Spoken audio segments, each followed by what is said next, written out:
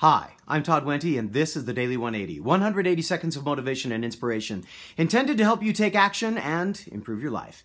This is episode 265 of the Daily 180, and we're continuing our series on words that start with B that can help us in our journey toward progress. Remember, on the Daily 180, when we talk about success, we talk about making progress, that success is the progressive realization of a worthy ideal. We set an ideal in the future, and then we make progress toward it. That's how we become successful. We don't become successful when we hit the mark. We become successful as we make progress toward the mark. It's important to remember that because in all of the Daily 180 episodes, we talk about this idea of progress. I figured it was important to slide it in right here. Hadn't talked about it in a few episodes, so figured it was worth a reminder. Today's word, a B word, is bespoke. Now, why in the world am I talking about bespoke when I'm talking about making progress? For those of you who are not familiar with the word, bespoke indicates customization. When I was working in men's clothing, I worked in men's clothing for several years, putting myself through college, developed a taste for men's clothing, for nice clothing.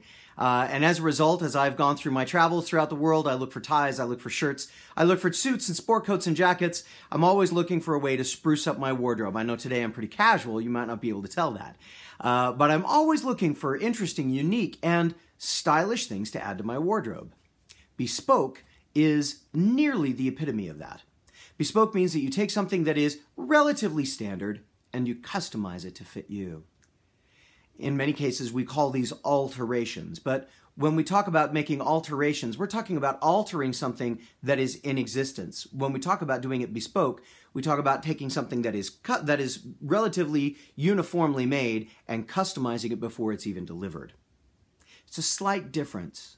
So how does that help us in our search for progress and in trying to make progress?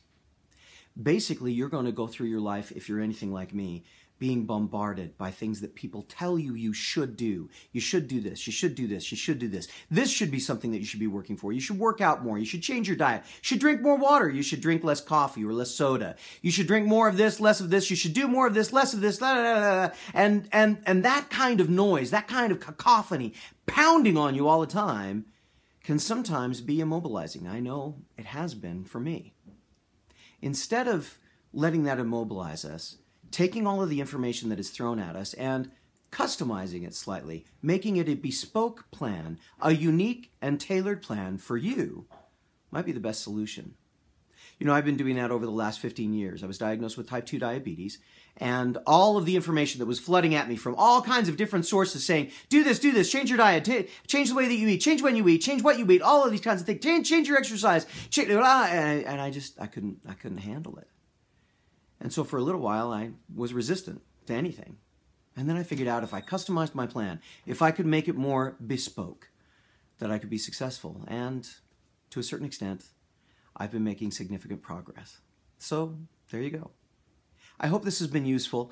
If it has been, give us a thumbs up, give us a share. Hey, we'd love to have you subscribe and join us for the rest of the journey. In the meantime, my name is Todd Wente. This has been the Daily 180. Go forth and conquer. We'll see you next time.